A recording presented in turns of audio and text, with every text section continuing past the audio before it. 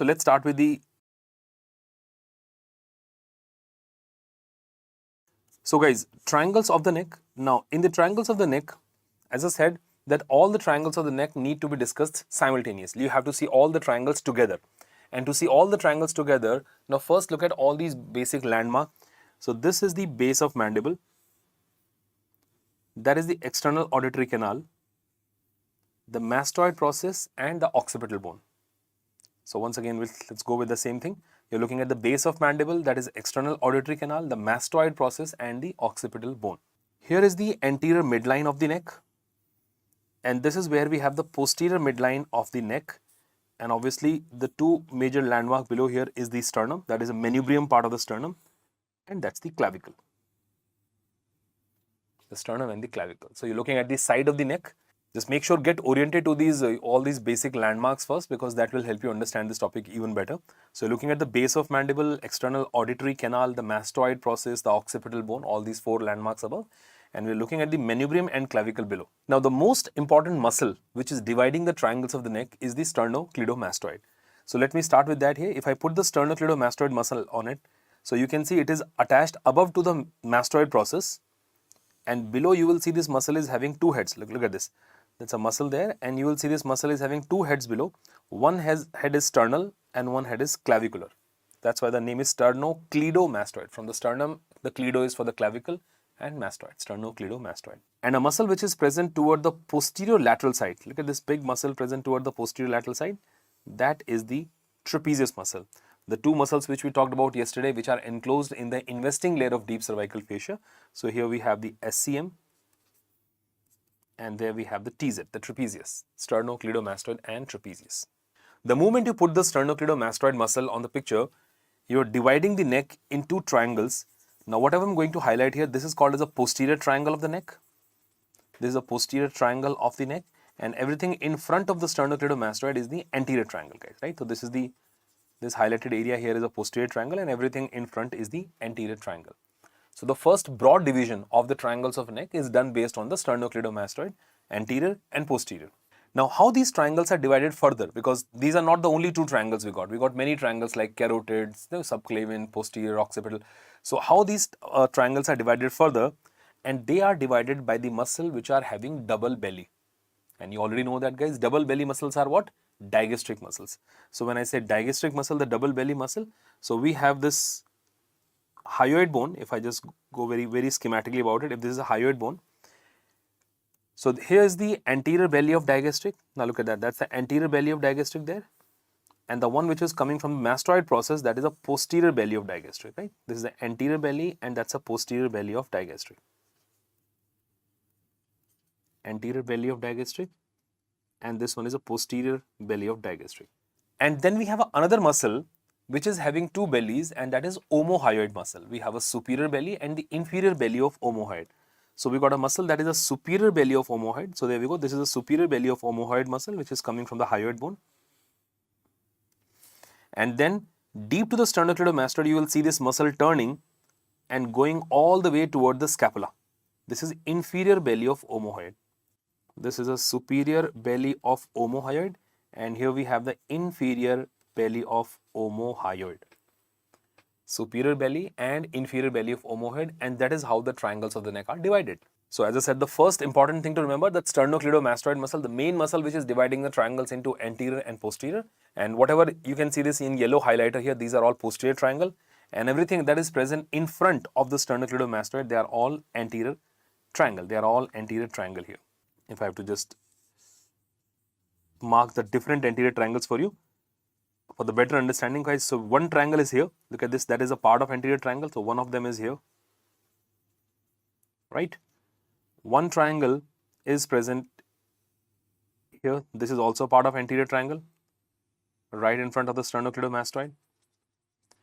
Now there is a very small triangle which is present above the hyoid bone. Look at that very small triangle over there, which I'm highlighting with the green. That is a triangle there. And then finally, we have one more triangle which is present right in front of the, right below the, I would say, hyoid bone. So it's a midline triangle of the neck, and that is present in front of the superior belly of omohyoid, or you can say below the hyoid bone. So these are the four parts of the anterior triangle here. I'm just trying to make it a little colorful so that you can visualize all these triangles clearly. So these are the triangles of the neck. So let's start with first with the nomenclature. So we said we divide the triangles of the neck into posterior and anterior. So guys, the posterior triangle, let me just give them 2 marks here, 2 labeling. This is triangle A, and let's say this is triangle B, triangle A and B. So there are 2 triangles present in the posterior. So posterior triangle can be divided in 2 parts. One is a triangle A and one of them is triangle B. Okay, let's name these triangles, guys. What is triangle A? The triangle A is present below the occipital bone. You can see it is present below the occipital bone. Occipital artery is the content of this triangle. So we simply call it the occipital triangle. This triangle is called as an occipital triangle. And please mind it, it is occipital, not suboccipital. Suboccipital is a different triangle. It is present at the back of the neck. We are not talking about the back of the neck. We are talking about the side of the neck right now. So there is a triangle on the side of the neck called as an occipital triangle, which is present just behind the sternocleidomastoid. Now what is triangle B? The triangle B, as you can see, it is present above which bone? It is present above the clavicle. This is present above the clavicle. And because it is present above the clavicle, so it is nothing but the supraclavicular triangle. It's a triangle above the clavicle, so that is called as a supraclavicular triangle. Supraclavicular triangle, it is also known as the subclavian triangle, because subclavian vessels are the content.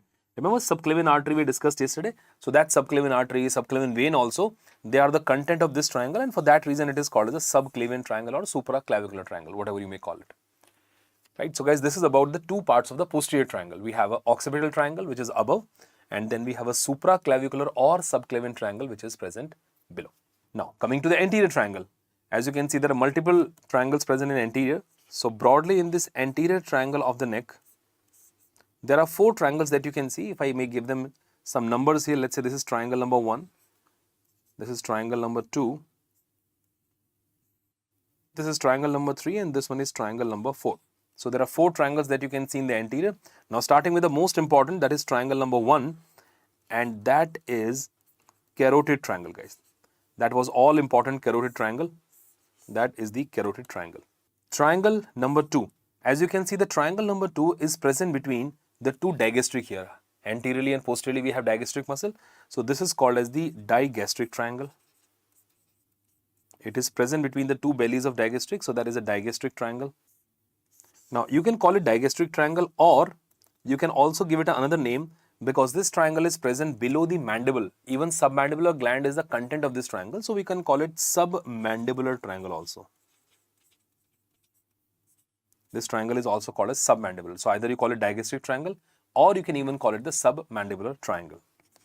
Then this triangle number 3, a very, very small triangle which is present below these mental protuberance here. So we call it a submental triangle. It is present below the chin. So it's present below the chin, so we call it a submental. Mental word is for the chin. So the triangle is called as a submental triangle. It will be holding some submental lymph nodes also.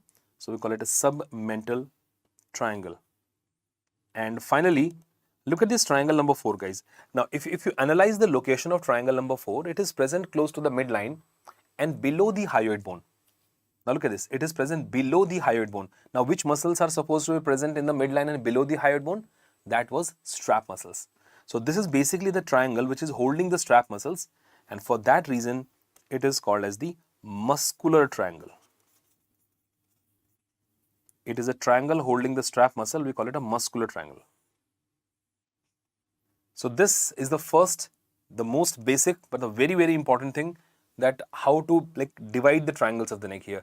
Until and unless you understand the division of the triangles of the neck, the topic na thoda sa, it will be very superficial. You will be mugging it up here, and I really don't want you people to mug up anything in this. You try to understand it, because you already have understood about the nerves and blood vessels. So why not understand these triangles of the neck rather than just having the rote learning of these topics. So guys, total 2 triangles in the posterior. You can see A and B. There are 2 parts of posterior triangle, and you can see there are 4 parts of the anterior triangle here: carotid, digastric, submental, muscular. So we're going to discuss all of them one by one in detail here. In fact, The posterior triangle, carotid and digastric triangle are the major triangle. These two small triangles are there. I'll tell you a little about them, but nothing much to remember from them. Now, before we go to the individual triangles, I want you to look at a picture from the atlas here and just try to gauge these triangles in this image, guys. Now, once again, if I mark the muscles for you, obviously this muscle here is the sternocleidomastoid. The muscle there is a trapezius muscle. The muscle which is dividing this posterior triangle in two parts, that is an inferior belly of omohyoid, and this one is a superior belly of omohyoid, whereas we have this anterior belly of digastric right here and the posterior belly of digastric over there. And that's how these triangles are divided. So we have a triangle over there, this triangle which is present above the inferior belly. Guys, what triangle was that? That was an occipital triangle, right? I told you occipital artery will be the content and it is close to the occipital bone. Then we have this triangle which is present below, that is called as a supraclavicular, the supraclavicular triangle or subclavian triangle. Similarly, this triangle which is marked in the green there, that triangle there is the carotid. It's a part of anterior triangle, the carotid triangle. The triangle which is above here between the digastric, that is digastric triangle. The small triangle above the hyoid bone will be the submental,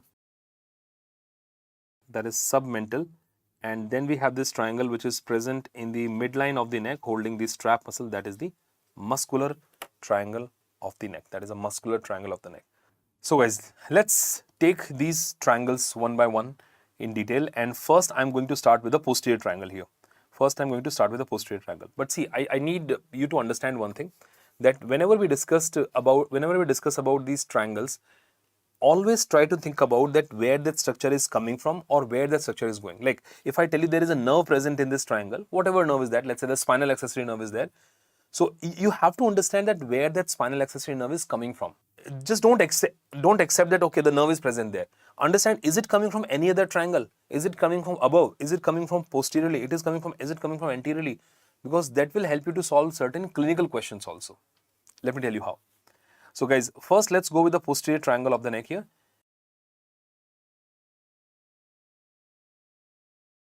Okay, so in the posterior triangle, we're going to start with the roof.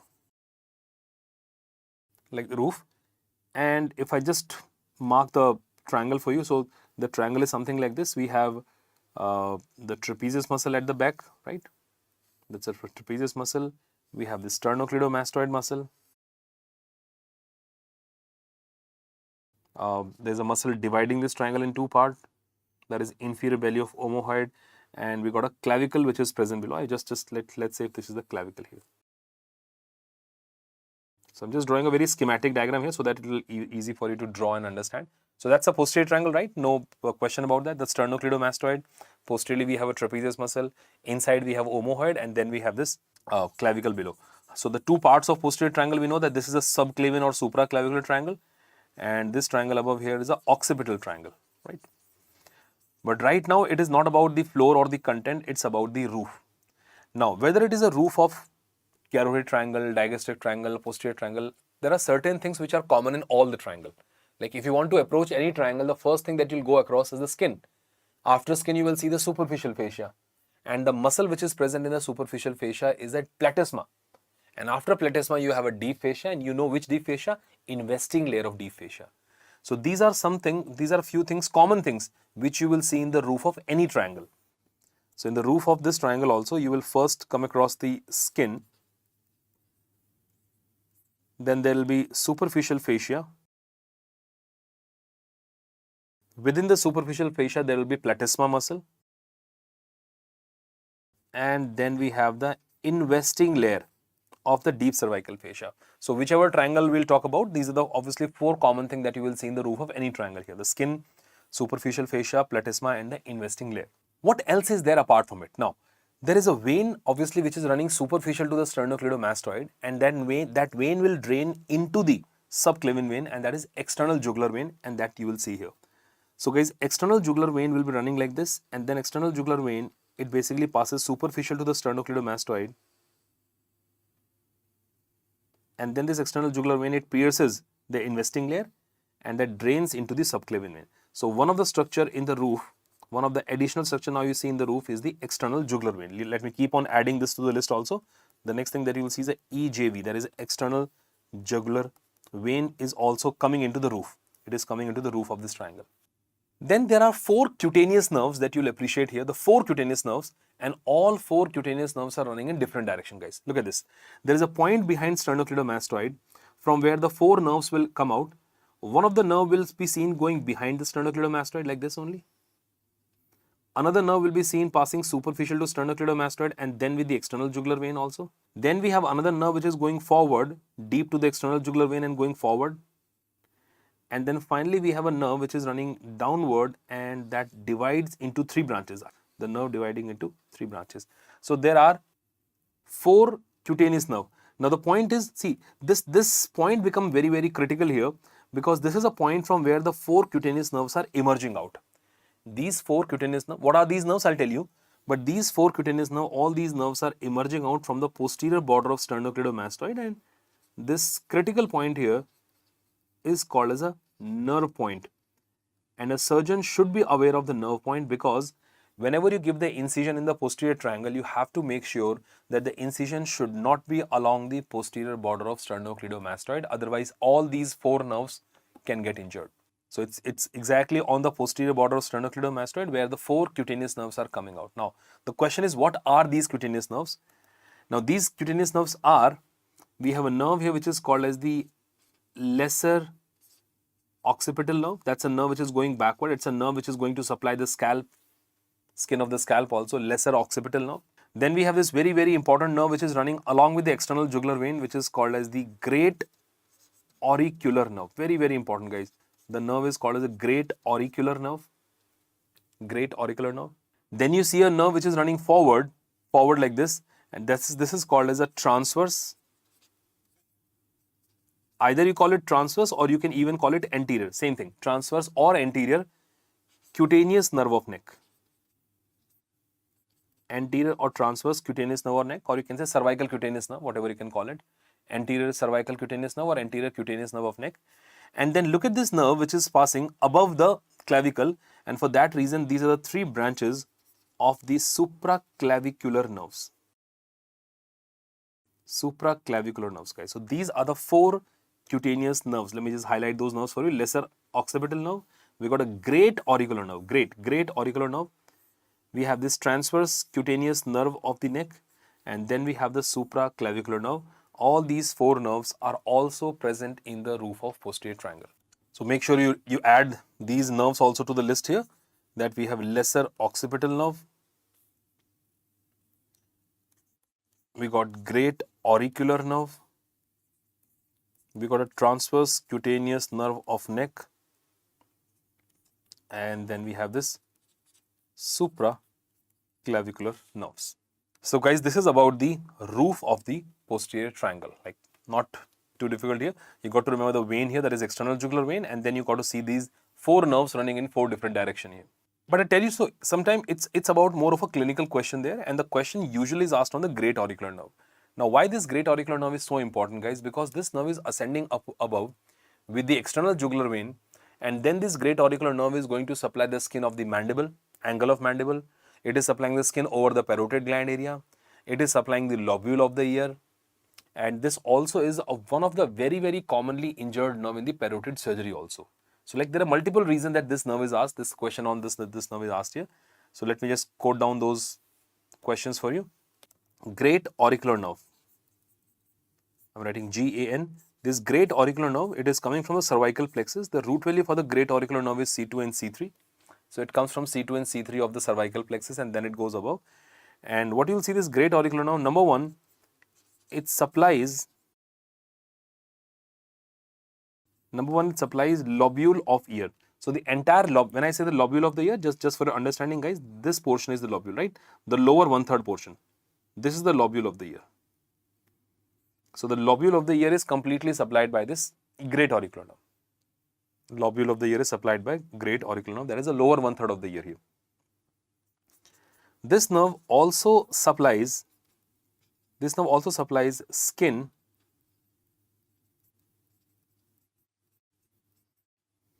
at angle of mandible Skin at the angle of mandible and parotid area. Skin at the angle of mandible and parotid area.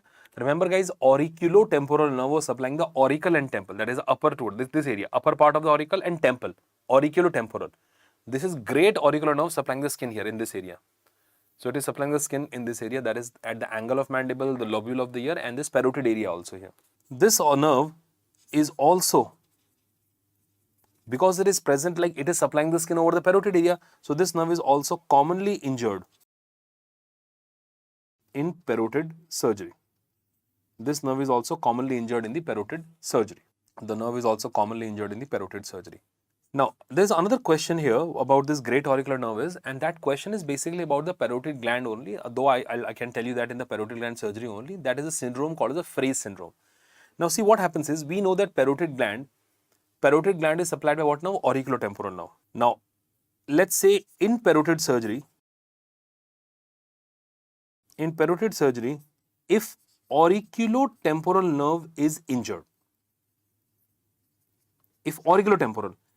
I'm not talking about great auricular, if auriculotemporal nerve is injured, so what will happen? Now, during the regeneration, जब regeneration होगा, during regeneration,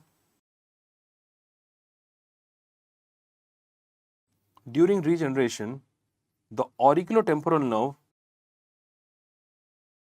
it accidentally joins, its secretomotor fiber basically accidentally joins the great auricular nerve. अब आप खुद सोचो, great auricular nerve is supplying the skin here. Supplying the skin means it must be supplying the sweat gland and all in this area. That's what the great auricular nerve is doing here. Now what happens is, auriculotemporal nerve is to supply the parotid gland. Now if auriculotemporal nerve accidentally fuse with the great auricular nerve or joins with the great auricular nerve, so every time our brain will stimulate the auriculotemporal nerve, automatically which nerve will also get stimulated? Great auricular nerve will also get stimulated, and this great auricular nerve is supplying the sweat gland in this area here. And that's why along with the salivation, you will also see the sweating in this area, and that is what is called as a Fraze syndrome. So during regeneration, auriculotemporal nerve accidentally joins with the great auricular nerve. That leads to the condition in which we have a sweating while eating.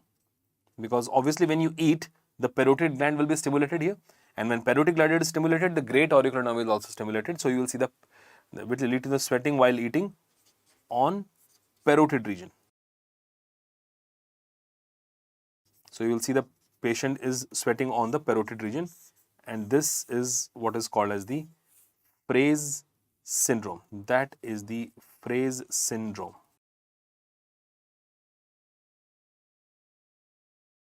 Right? I hope you got my point. Let me just rephrase it again. In the parotid surgery, auriculotemporal nerve is injured. Auriculotemporal nerve is the main nerve supplying the parotid gland. Ab auriculotemporal nerve region is injured, so obviously the auriculotemporal nerve will regenerate also. So during the regeneration of the auriculotemporal nerve, some of the fibers will go and join with the great auricular nerve also. So now every time the brainstem will stimulate the auriculotemporal nerve, the nerve which will also get stimulated along with that is great auricular nerve as well, and that's why obviously the salivation will be there from parotid gland, but साथ में क्या होगा, there will be sweating also on the cheek area, and that is what is called as a Fraze syndrome. Fraze syndrome. So again, it is not only about understanding the triangles of neck, it is also about understanding certain important structures there, the nerves and the vessels on which the multiple questions can be asked here. So this guys, for that you can make out that how important this great auricular nerve is, and there are multiple questions which can be asked from this thing. So that was about the roof of the posterior triangle, from where we discussed all these. Now from the roof guys, let's move on to the floor. You know, the floor of this triangle is made up of the muscles which are called as a prevertebral muscles. So there are a variety of prevertebral muscles we have, like scalene muscles are there, but apart from that we have other muscles like semispinalis capitis, splenius capitis. Now not a very important muscle to remember, but you have to remember at least in the triangles of the neck. So let me just quote these muscles in here. So guys, once again, this here is I'm once again drawing a triangle in a very schematic manner. So the muscles which are basically forming the floor here. So one muscle, I'm just pointing out this, one of the muscle here is called as the semispinalis capitis. Capitis, guys, these muscles are caput muscles. These muscles are attached to the base of the skull. Caput is for the basically skull, for the head. So they're attached to the head or to the base of the skull. Semi-spinous capitis. Another muscle which is present here forming the floor is called as a splenius capitis. Splenius capitis. As I said, not a very important name to remember. Nobody asks these names individually. You just need to know that these muscles are prevertebral muscles. But see, there is one important muscle that I recommend you to remember. And this important muscle forming the floor, which is in fact a major contribution in the floor, is by the muscle called as the levator scapulae. It's a muscle called as the levator scapulae. That's a muscle which is for the elevation of the scapula, the levator scapulae. And then we have three muscles which are also present in the floor, and these are three scalene muscles we have. Starting with the scalenus posterior, we got scalenus medius, and we also got the scalenus anterior. So all these muscles, semi-spinous capitis, splenius capitis, levator scapulae, as I said, it is out of all these, the one important muscle that you should remember is levator scapulae, because it's the muscle with a major contribution in the floor of this triangle. And because these muscles are prevertebral muscles, all these muscles are prevertebral muscles, so all these muscles are also covered with the prevertebral fascia. Now that's very, very important point, guys. Covered with prevertebral fascia. Now we have discussed about the prevertebral fascia yesterday also. So all these muscles are covered with the prevertebral fascia. So basically the arrangement is something like this. Like imagine if these muscles are like the tiles in the floor. Like imagine you just think of a room in which we have a floor, and the floor is having different tiles over there. So the tiles are these muscles, and this prevertebral fascia is like a carpet. So it's like a carpet which is covering all the tiles here. Now the reason I want to tell you this is because in the floor we have these tiles which are the muscles, and we have a carpet which is a prevertebral fascia. Now ideally the content of this triangle should be on the carpet. Fascia को ऊपर होनी चाहिए ना. When you think of a room, obviously you keep the content of the room on the carpet, not under the carpet.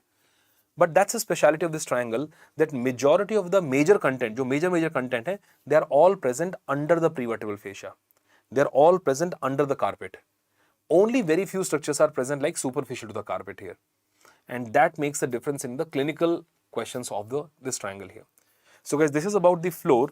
And from the floor, if I take you to the contents, now you will understand that what is the importance of this fascia there.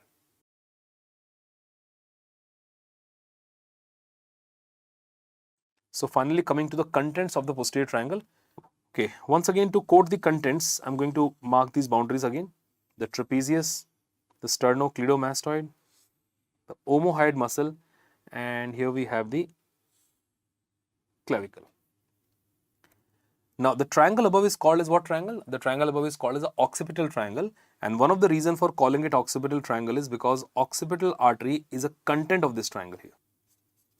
So one of the content of the triangle is the occipital artery. Occipital artery is one of the content. Then the spinal accessory nerve, very important guys. Spinal accessory nerve will be seen running deep to the sternocleidomastoid. Obviously will supply sternocleidomastoid also.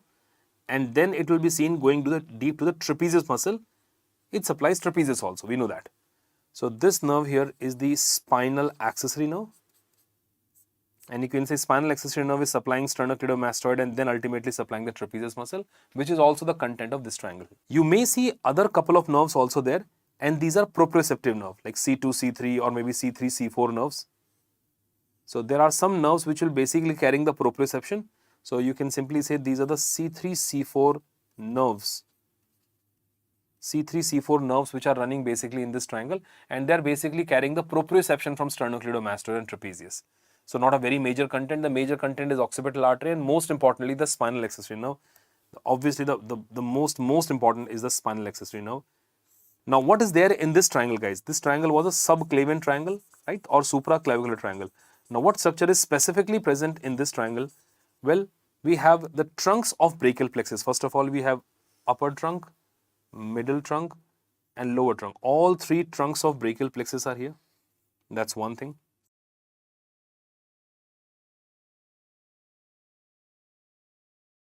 Trunks of brachial plexus, and as I said, we call it a subclavian triangle also. Well, for the very obvious reason that the subclavian artery and subclavian vein, which is more superficial to the artery, are also present in this triangle here. We discussed about the subclavian artery yesterday also. So we got a subclavian artery and vein, subclavian vessels basically. Subclavian artery and vein are also the contents of this triangle. So these are the major contents, guys, you need to remember. You don't have to remember every single branch of the trunks of brachial plexus and all that. So we got a occipital, I've written occipital triangle. Occipital artery is there. In the occipital triangle, you can see spinal accessory nerve. You can see C3, C4 nerve is there. The trunks of brachial plexus, all the three trunks, upper trunk, middle trunk, lower trunk, the trunks of brachial plexus and even subclavian artery and subclavian vein are also present in this triangle. Now, there is something special to be discussed about the spinal accessory nerve. Amongst all, spinal accessory nerve, there is something special to be discussed here, guys. As I told you that majority of the content, obviously content is present above the or superficial to the prevertebral fascia, but most of these contents like trunks of brachial plexus, subclavian vessels, they are present under the fascia. They are present deep to the prevertebral fascia. Now that ways, these structures are very well protected also.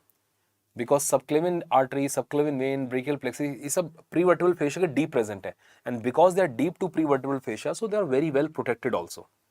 Now something which is more vulnerable to injury is the one which is more superficially placed, and superficially placed structure is what? Spinal accessory nerve. So guys, spinal accessory nerve basically it runs superficial to what fascia? Prevertebral fascia. So it is running superficial to the prevertebral fascia, and that makes it vulnerable to injury also. If a surgeon is approaching the posterior triangle for any like let's say for any lymph node biopsy or for the surgical excision of any lymph node from this triangle here, so the moment you approach the posterior triangle, the nerve which is the important nerve which is likely to get injured there is a spinal accessory nerve. Now the question is, if the spinal accessory nerve will get injured here, what will be the features here? And see, the mistake that people commit here is, the moment I will say that the spinal accessory nerve is injured, what will come to your mind, guys? Spinal accessory nerve is injured, that means sternocleidomastoid and trapezius muscles are gone. But no, that is not the case here. Because spinal accessory nerve is injured in the triangle, I said in the triangle, that means the sternocleidomastoid will still be working. Because this nerve first supplies the sternocleidomastoid and then comes into the triangle here. So if the nerve is injured inside the triangle, कौन सा muscle काम करेगा? Sternocleidomastoid will still be working, trapezius will not work. So that's the point to note it here, that injury in posterior triangle, if the spinal accessory nerve is injured in posterior triangle, the spinal accessory nerve will be spared. That will be spared. So they can trick you on this question here. Spinal accessory nerve will be, I'm not exactly spine, I should not say spinal accessory nerve is spared. I'm saying sternocleidomastoid will be spared, not accessory nerve. Sternocleidomastoid muscle is spared. Sternocleidomastoid muscle is spared. And because sternocleidomastoid muscle is spared, so only which muscle is affected? Trapezius is involved. It's a trapezius which will be involved. So that means the patient will have only the features of trapezius muscle and not sternocleidomastoid. Now, if you think of what are the functions of sternocleidomastoid and trapezius muscle, like the function of sternocleidomastoid muscle is to what? Is to turn the head toward the opposite side, is to do the lateral flexion of the neck on the same side. Like these are the main function of the sternocleidomastoid. So, अगर आपका sternocleidomastoid work कर रहा है, if it is working, so this will be fine. You can turn the head to the other side, you can tilt the head to the same side, that can be done. But trapezius is gone, and that's why the patient will show the features of weakness of the trapezius muscle. Like, what are the actions of trapezius? One of the action of trapezius muscle is a shrugging of shoulder. So if the trapezius is not working, so there will be difficulty in shrugging of shoulder of that particular side here. So difficulty in shrugging of shoulder, that's one thing.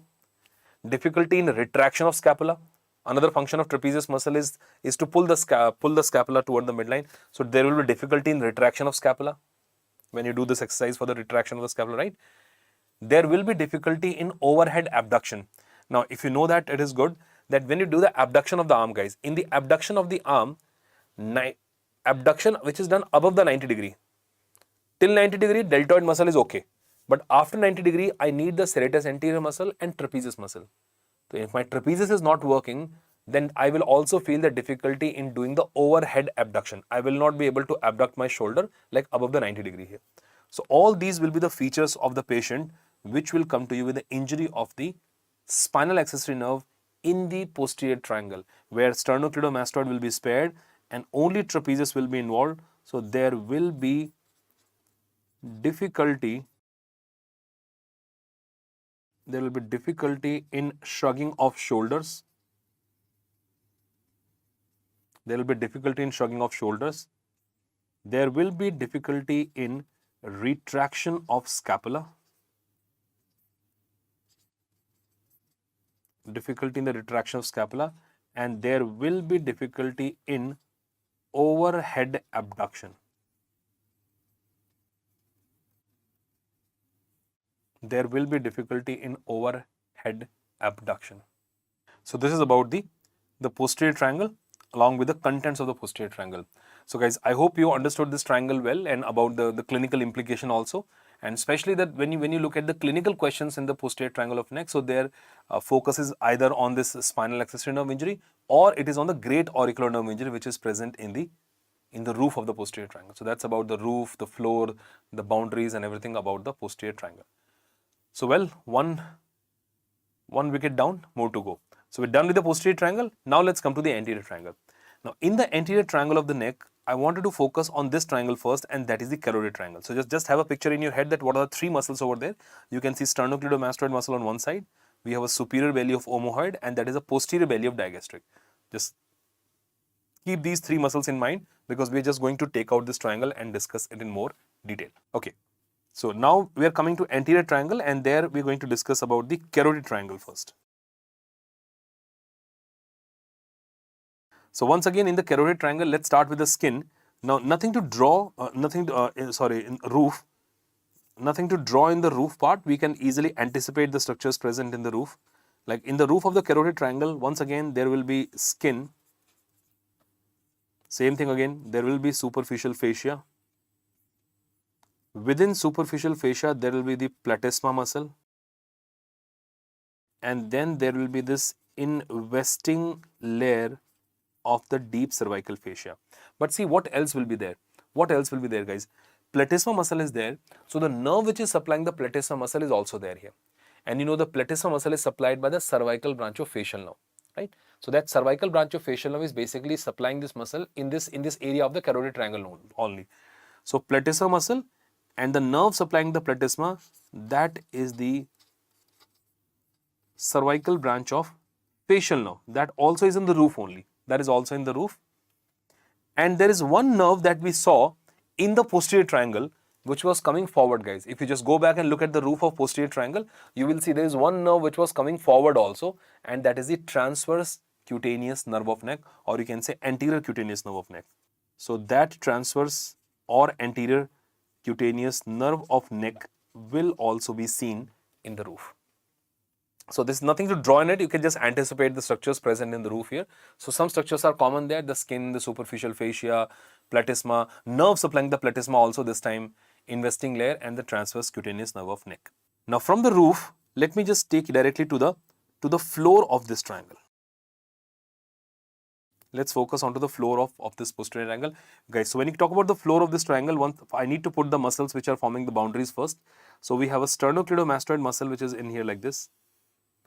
We got a posterior belly of digastric, and there is a superior belly of omohyoid, right? These are the three muscles which are forming the boundaries.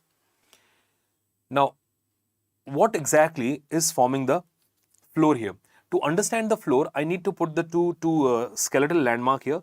One obviously is a hyoid bone. Once again, if I just put it very schematically, that's a hyoid bone there. And guys, below the hyoid bone, this is the thyroid cartilage. The moment you put the hyoid bone and thyroid cartilage, like they're partly inside this triangle here, then it will be easy for you to understand that what muscles will be forming the floor. Like between the hyoid and thyroid, obviously the membrane there is a thyrohyoid membrane and thyroid muscle also.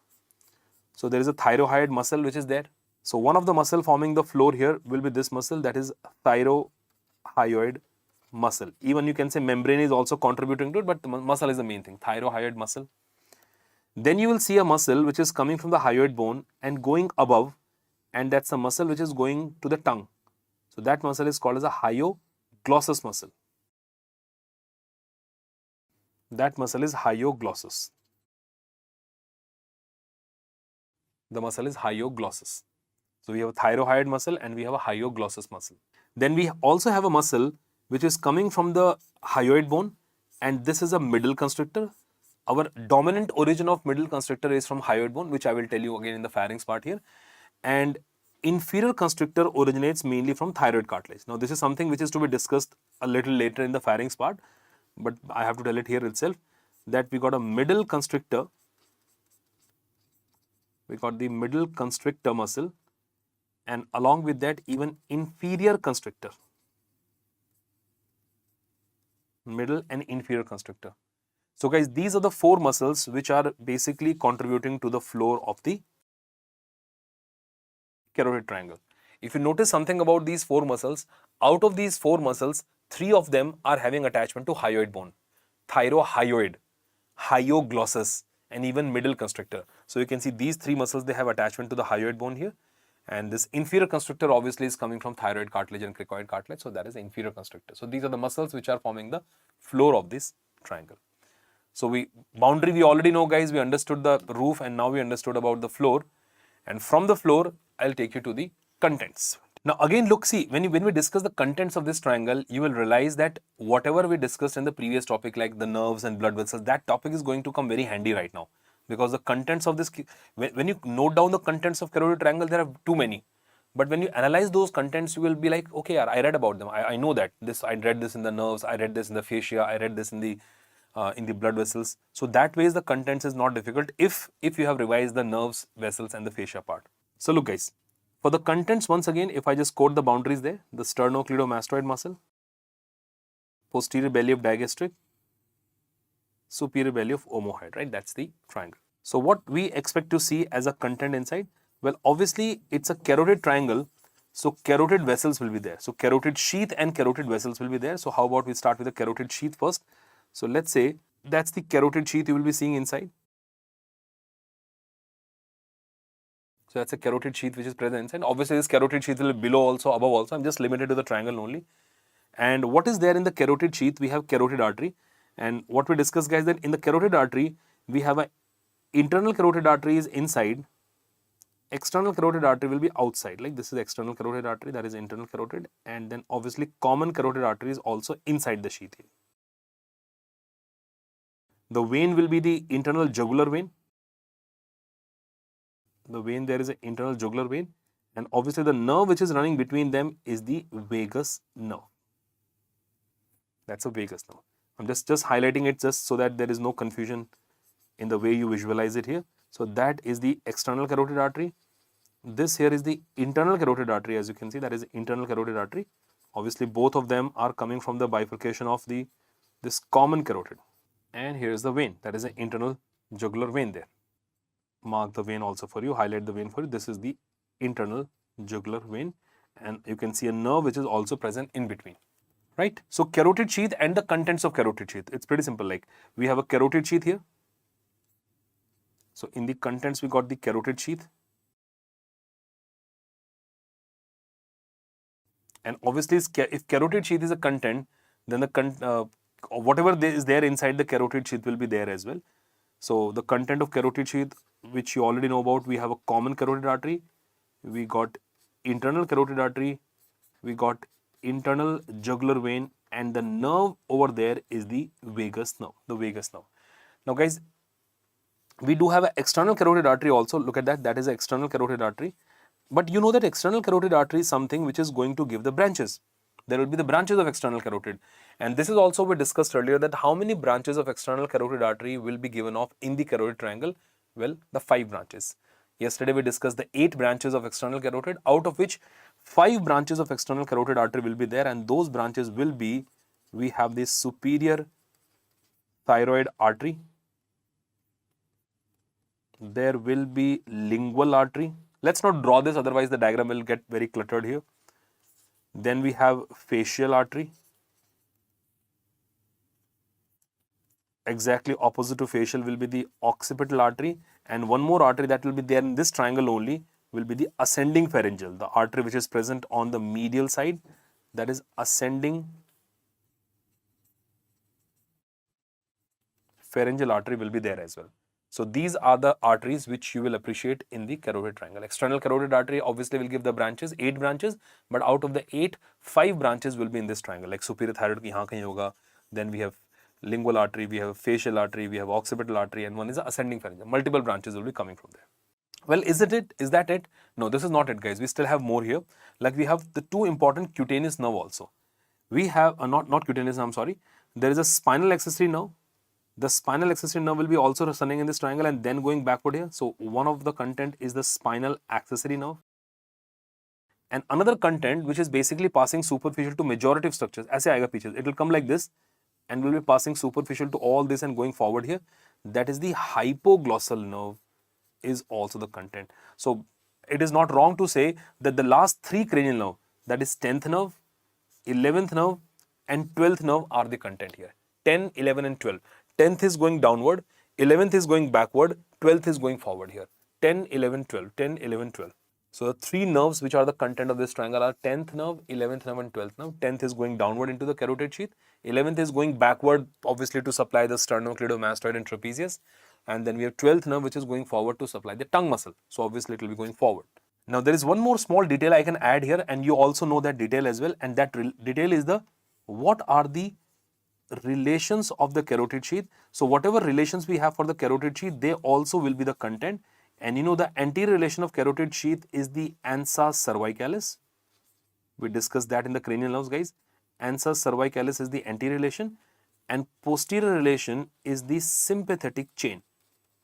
Carotid sheath posterior relation is a sympathetic chain. This is something we discussed in the deep cervical fascia also. Ansa cervicalis is anterior to the carotid sheath and posteriorly we have sympathetic chain. So they will also be there in this triangle here. Now again, my point is you may not be able to identify or visualize every structure on it here, but you can anticipate them. If carotid sheath is a content, then obviously contents of carotid sheath will be there. Relations of carotid sheath will be there. If external carotid artery is there, then you have to think about how many branches of external carotid artery are present and how many branches are there in this triangle here. So that way you can presume that what all contents are there in this triangle here. So this is about the carotid triangle, the boundaries, the roof, the floor, and the most importantly the contents of the triangle. Moving on to the next one, guys. The next what we're going to talk about here is the digastric triangle, or you can say submandibular triangle. But look, our approach in the digastric triangle is going to be completely different, and I'll tell you why it is so. It is because of the 2 important muscles which are present inside and forming the floor. Now to just show you the digastric triangle again, here is the base of mandible, external auditory canal, the mastoid process and the occipital bone, right? That's once again the same thing. There is the hyoid bone. So we have this anterior belly of digastric there. And there comes the posterior belly of digastric. Anterior belly of digastric, the posterior belly of digastric. And you know, it's not only the posterior belly of digastric, there is another muscle that you will see which will be coming from the styloid process. You know that medial to the mastoid process is the styloid process, and that muscle is stylohyoid.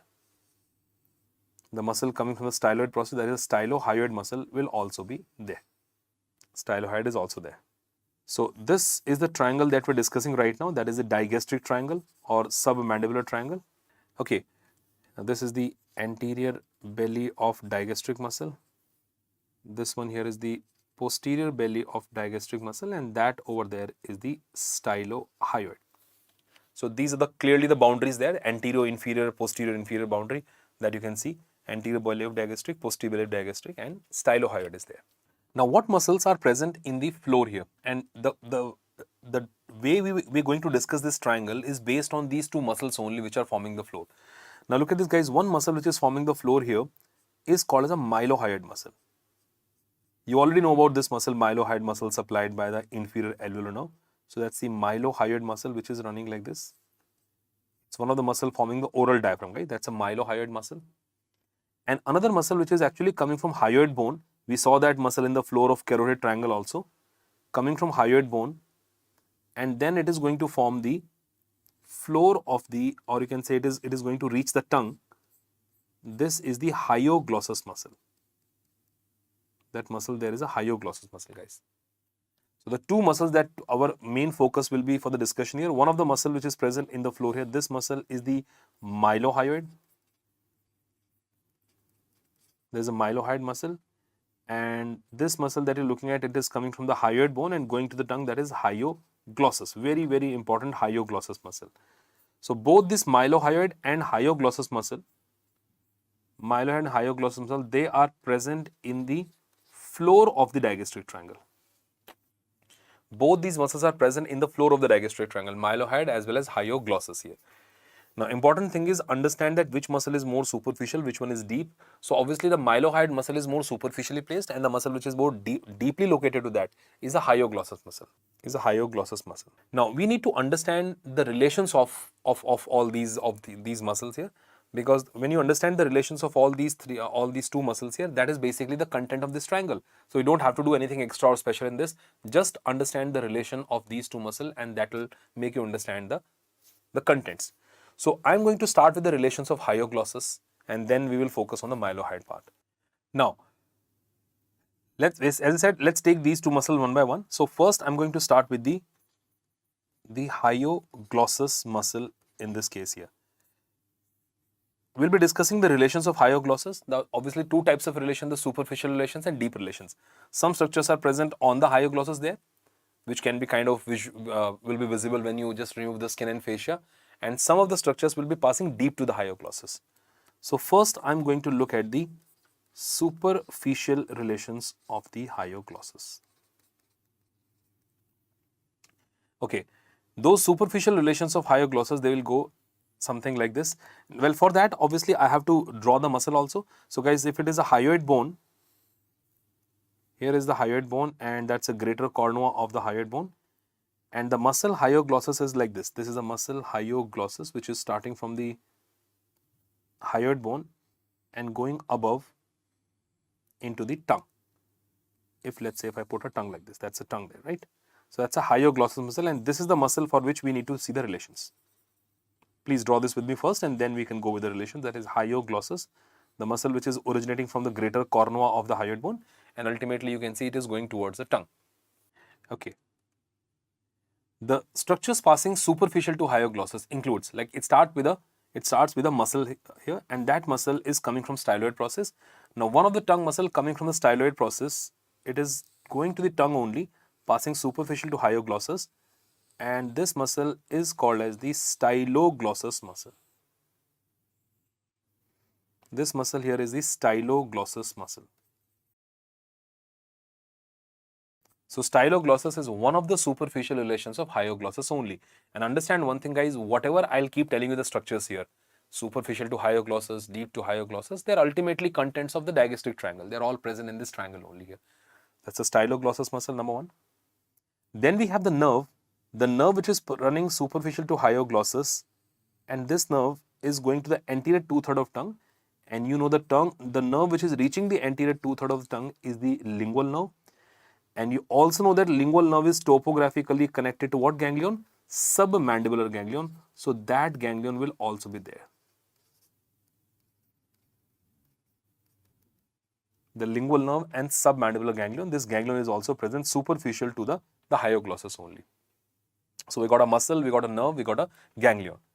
Now below that, very, very close to that, we have a submandibular gland also. And what part of submandibular gland will be present here? That is a deep part of submandibular gland, guys. This is a deep part of submandibular gland. Remember, superficial part is like even more superficial. We'll come to that here. So this is the deep part of submandibular gland. So this one here is a deep part of submandibular gland. And what is coming from the deep part of submandibular gland is the duct. The submandibular duct, or so-called the Wharton's duct, is also coming from here. So deep part of submandibular gland, and you will see the Wharton's duct is running on it, and then this Wharton's duct basically winds around the lingual nerve, or you can say otherwise that lingual nerve is winding around this Wharton's duct here, and then this Wharton's duct obviously is opening in the floor of the mouth here. So that is a duct of the submandibular gland, which is also called as the Wharton's duct, and this also is forming the superficial relations. So that's a Wharton's duct, which is also running superficial to this. And you can see that how close this Wharton's duct is to the lingual nerve. So it is quite obvious if the Wharton's duct is very, very close to the lingual nerve. So obviously, if you want to remove any stone from the Wharton's duct, then the nerve which is most likely to get injured is which nerve? That is the lingual nerve. Lingual nerve obviously is most likely to get injured. And then finally, there is one more structure which I have to put here, is also present superficial to the hyoglossus, and that's the main nerve supplying the tongue muscle, hypoglossal nerve, guys. So all these structures that I drew here in front of you, they are all superficial relations of hyoglossus. They are all superficial relations of hyoglossus. So we got a styloglossus muscle, we got lingual nerve, the submandibular ganglion, deep part of submandibular gland, deep part of submandibular gland, hypoglossal nerve, and obviously the Wharton's duct. So all of them are present superficial to hyoglossus. Now also to understand that whatever structures are present superficial to hyoglossus are deep to which muscle? Now we said we have two muscles present here. One is hyoglossus, one is mylohyoid. So if anything is running superficial to this hyoglossus muscle, that is ultimately running deep to which muscle only? Mylohyoid. So all these superficial relations of hyoglossus are the deep relations of mylohyoid. So whether you say the superficial relations of hyoglossus, they are also deep relations of mylohyoid. All the superficial relations of hyoglossus are the deep relations of mylohyoid, deep relations of mylohyoid, right? So this is about the superficial relations. Now what is deep to hyoglossus? We look at this. Now let us say if I remove all these structures here, then the muscle will be there, and then you remove the muscle also. So what structures will be present deep to hyoglossus?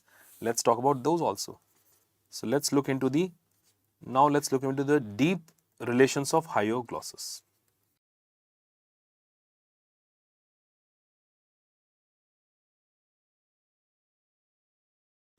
To understand the deep relations of hyoglossus, once again I'm going to go with the same kind of diagram here. This is the hyoid bone. Although you don't have to draw it like very big, here is the hyoid bone. Once again, this is the hyoglossus muscle. You can just, as I said, you can just keep it a little small only, and that's the tongue. So this time we are looking at the deep relation, that what structures are passing deep to this muscle. So there are three major structures that you need to understand present deep to this muscle is. One of the ligament coming from styloid process. The muscle coming from styloid process was superficial to hyoglossus. That was a styloglossus muscle. This time I'm talking about a ligament, not the muscle, ligament.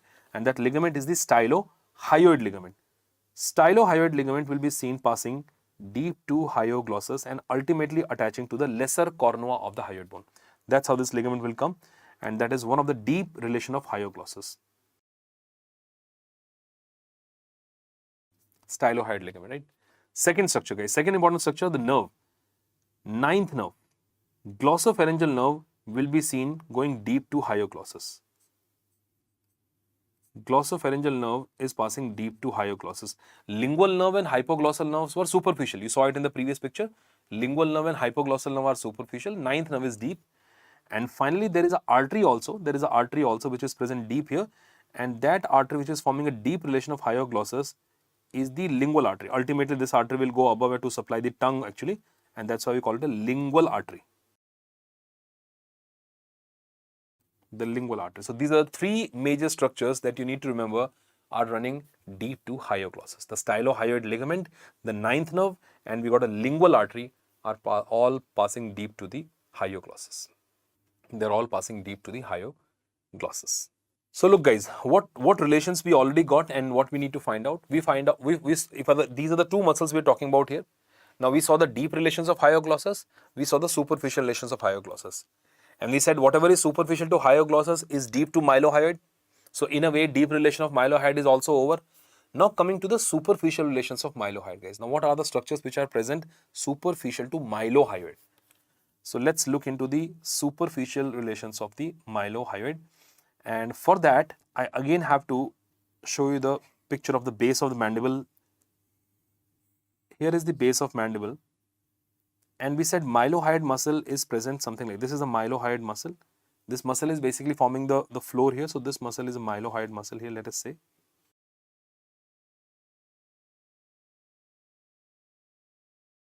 Now if this is a mylohyoid muscle, the structures This muscle here is mylohyoid.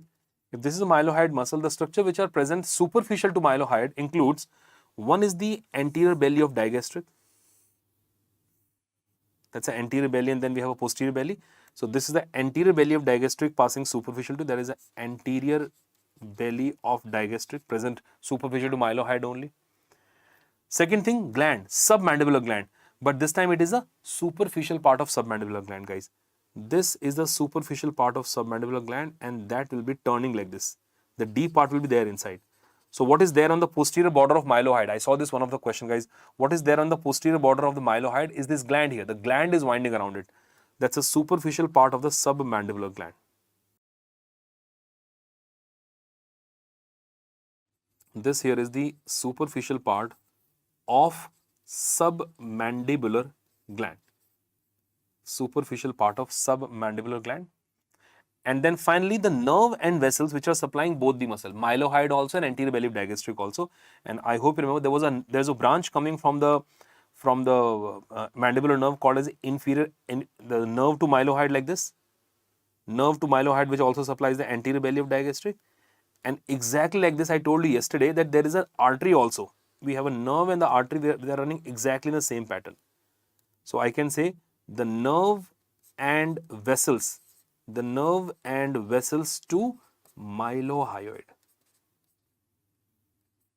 The nerve and vessels to mylohyoid are also present superficial to the mylohyoid. So guys, this is a mylohyoid muscle, and what we just talked about are the superficial relations of mylohyoid.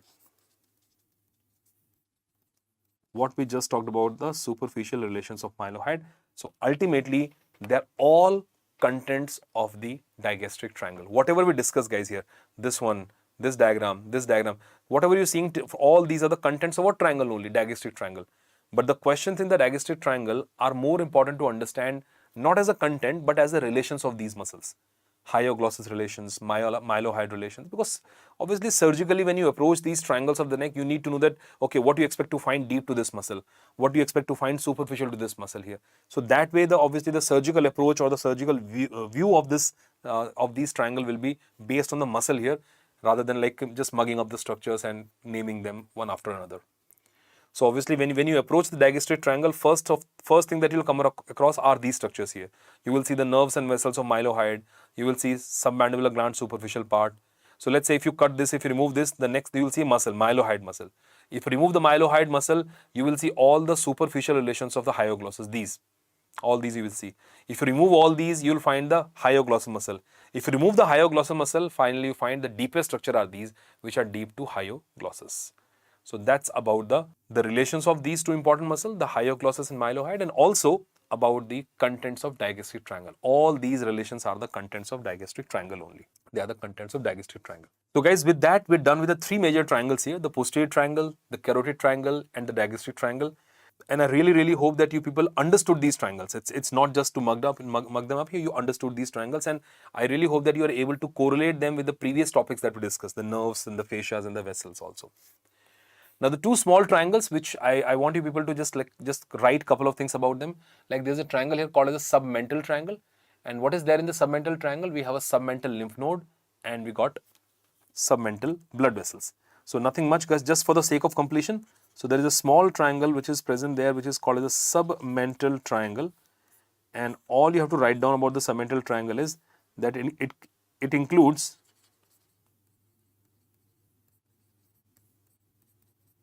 the submental lymph nodes,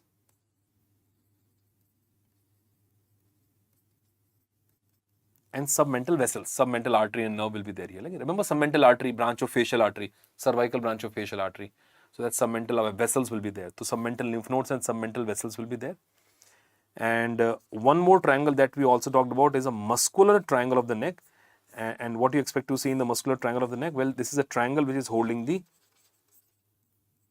strap muscles. It's a triangle which is having all these strap muscles here, the sternothyroid, the sternohyoid, the omohyoid. So all these strap muscles there. And once you remove these strap muscles, then obviously you will come across the thyroid gland. Then after that, you'll come across the thyroid gland.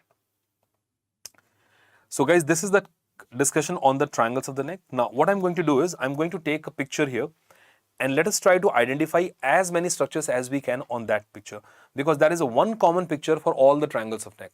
So obviously not everything will be visible there. Again, I'll share the picture with you, but majority of the contents of posterior triangle, nerves of the posterior triangle, carotid triangles content, some digastric triangle content are visible there. So we can use one image so that just to brush up that how much we understood there. There is that image which I kept for you.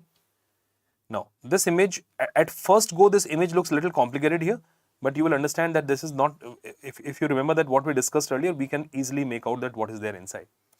Now, starting with obviously the two main muscle which I have to mark here is the sternocleidomastoid, that is the sternocleidomastoid muscle and the trapezius muscle, right? Now, if you look at the posterior triangle first, guys, in the posterior triangle, we said there is a common point from where the four cutaneous nerves are coming. One of the cutaneous nerve which is going behind sternocleidomastoid, well, you can see that nerve in that region.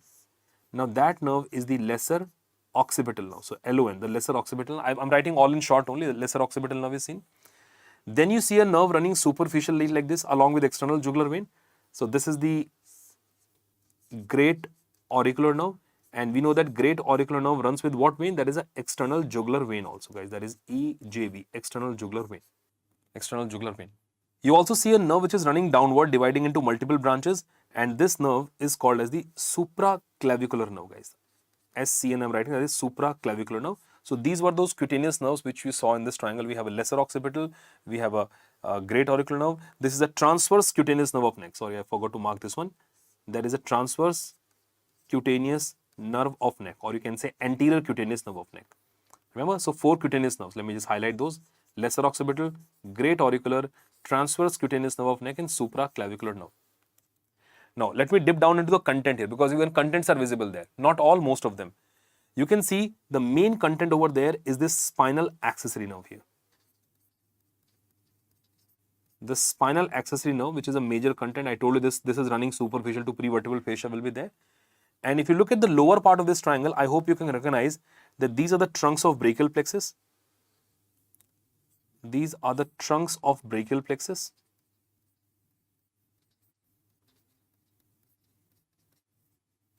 As a content, these are trunks of the brachial plexus that you can see there. Along with the subclavian vessels, I can see subclavian artery and subclavian vein also. So subclavian vessels are also there. Let me just give them a different highlighter here. The spinal accessory nerve, the contents, the trunks of brachial plexus. Not every content is visible, but major contents are, most of them are visible here. The trunks of brachial plexus and subclavian vessels. So this is what we discussed in what triangle? In the posterior triangle here. Now, let me rub this off and let me label the carotid triangle now, and I'll share that as well with you. Now, I wanted to focus on the carotid triangle, guys. So if I just enlarge this picture further, so just focus on the carotid triangle. What all you can appreciate in the carotid triangle? Well, you can see, first of all, you can see the internal jugular vein there, right? This is the IJV. I can see common carotid artery, which is dividing into the internal carotid, and this one, let me just label the external carotid artery. Now, the branches of external carotid artery which are visible there. Now, one of the branch of external carotid artery which is going forward and downward to supply the thyroid gland, this is the superior thyroid artery. That's a superior thyroid artery, that's number one. Then we have artery going above here, that is the lingual artery, that's number two. That's a lingual artery. Then we have this facial artery. The facial artery is starting here only, but let me label it here only, guys. That is the origin of the facial artery. Obviously, I cannot see ascending pharyngeal. Ascending pharyngeal will be on the medial side, but I can see the artery going posteriorly, and that is the occipital artery. That artery there is an occipital artery. So these four arteries are clearly visible there, right? What else is visible, guys? What else is visible are the three main nerves here. You can see the nerve which is present inside, that is the vagus nerve, that is inside the carotid sheath. The nerve which is running backward here, that is the accessory nerve. And the nerve which is running forward, look at this nerve here, the running forward here, that is the hypoglossal nerve here. Let me highlight these three nerves for you. So 12th nerve, 11th nerve and 10th nerve. The three nerves which are visible, and these are the branches of the external carotid artery which are also visible as a content. Carotid sheath and everything will be there. And you can also appreciate the ansa cervicalis here. Look at this loop of the nerve here, guys. Let me just try to label it with a dotted line here. This one and this one, these two together, this is ansa cervicalis. That is ansa cervicalis, the loop of the nerve. So there will be carotid sheet there and that will be covered by this ansa cervicalis. I cannot see the loop as such because loop is hiding deep to the sternocleidomastoid. But these are the major contents. Major, again, it's about the major structures or the contents of carotid triangle which were visible there. And finally, let me take this picture for the third time. This time I'm going to rub this off all these structures once again and let me focus on the digastric triangle here. So I'm rubbing off whatever I've labeled here. I've already shared that image with you.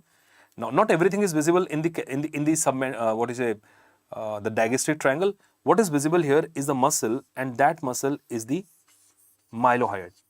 Now, if this is a mylohyoid muscle, I can see some of the superficial relations which I can show it to you. Like this obviously is the anterior belly of digastric. That's one of the superficial relation. We have this nerve to mylohyoid. Although we also have the vessels to mylohyoid, not shown here, but artery will also be there, guys. There will be artery. There is a vessel to mylohyoid is also there in this region. And we have this submandibular gland, superficial part. That is a superficial part of submandibular gland. Superficial part of the submandibular gland is also there, and that is the major, once again the major structures or the major things that you appreciated in the. So guys, that's about the discussion on the triangles of the neck.